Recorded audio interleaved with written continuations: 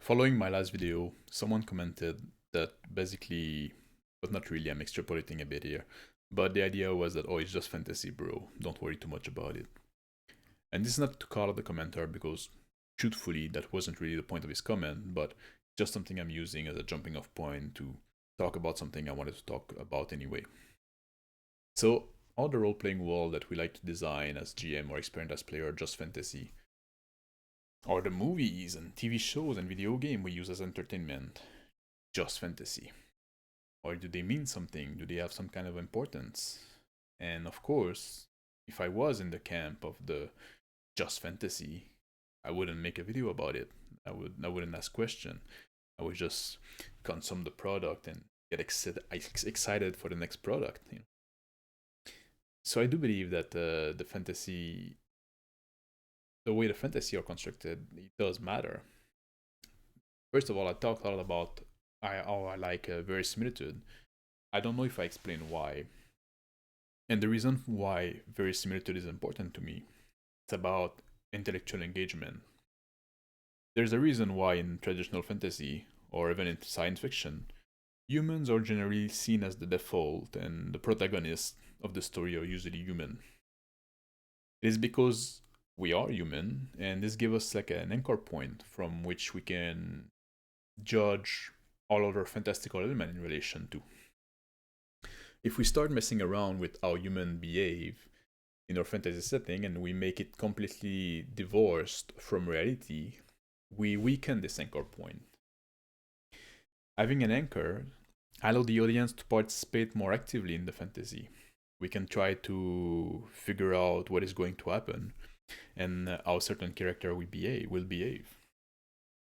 We get rewarded by feeling smart if we get it right, and by surprise if our expectations are subverted. But the whole thing still has to make sense. If the whole thing appears nonsensical, we stop trying to figure stuff out and we disengage at a certain level. And for some of us, it will mean completely losing interest. But some will stay around for the ride because that will become a simple ride. They just sit there with the mouth open and the brain turned off. I stopped watching movie and TV series a long time ago because of the poor writing. The media are already very passive. Those media are already very passive. But if you deprive me from the ability to engage intellectually, I'll find better things to do.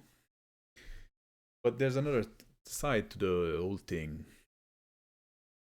Ask yourself if it was just fantasy or just entertainment.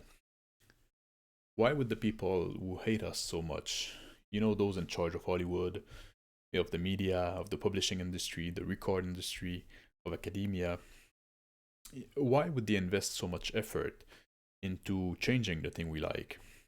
Why would they always try to take the thing that are beloved and transform them into sick, twisted version of the original? There's a saying that politics is downstream from culture, and it is very true. When we choose to engage in cultural products that promote your own downfall, or the downfall of your people, or the value you hold dear, you are given ammunition to your enemies. And RPGs are absolutely a cultural product. But by engaging in them, you're not only a consumer, by their very nature, it makes you also a co creator. And yes, your audience might be small, like very small, it's basically just the people at your table, unless you stream. But this proximity and the exclusivity of the experience make it even more impactful, can make it even more impactful. If you are a GM, you have control over what is and isn't in your world. So it's a good opportunity to reject modernity and promote pro-social behavior. People often talk also about keeping politics out of the hobby. And there's another side that say, oh, this is impossible because everything is political. And it might surprise some of you, but I agree with the latter on this. I do think that everything is political to some extent. And obviously, I'm not saying to inject current affair into your game. You don't need to have a pastiche of Ye or Biden or whoever is the controversial figure right now. But what is politic? What is political? When they state in the adventure model, for example, that the blacksmith of the village, is in a homosexual marriage, is that political?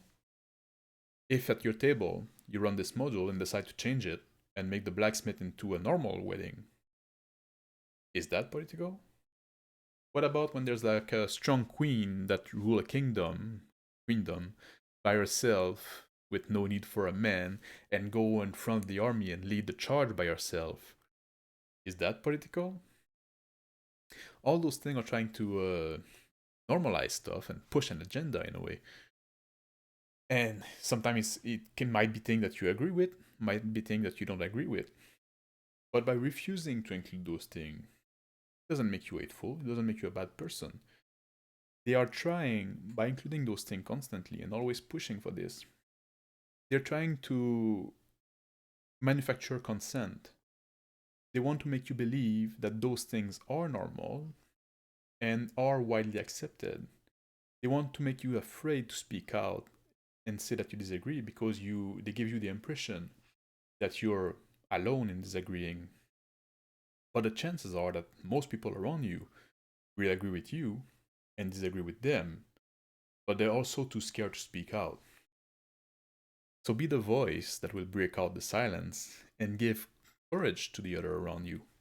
You know, it only takes one to say, well, you know what, I think this is bullshit.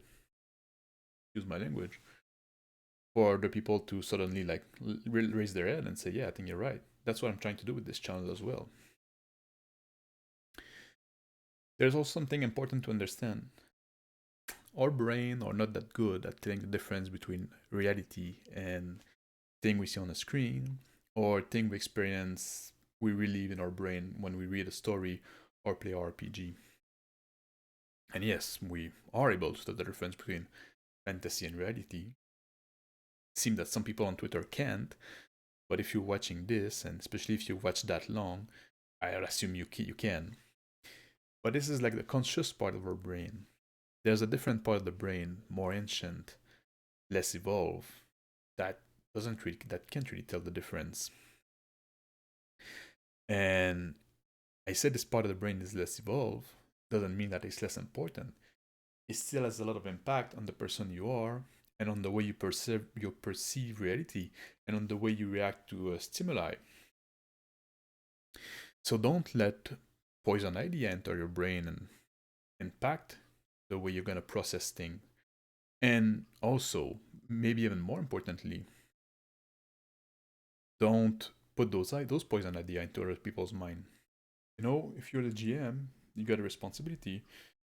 If you read a module and stuff like that, and you see those kind of crap, there's a difference between reading it when you just like reading the module to get ready for the game, and going through it when you play and being in the moment and in a way experiencing it. So don't be afraid to take out the trash. So is it just fantasy? Or those games just escapism? No, it is fantasy, and games are escapism, but they're not just that. It does matter. And you know, I'm an old man, and my ideas of the world have been informed by experience, and I've been raised in a less crazy time, in a less crazy place, maybe. But once again, we have a duty towards younger generation. We have to leave them something that is inspiring and somewhere they can escape to. So that's why when you run your table, I would say consider those things, that it does matter. It's not just fantasy. It's not something to shut your brain off. No, you want to use that old noggin of yours, and you want to be able to promote pro-social values. So that's all I have to say. Thank you for watching, and I see you next time. Take care.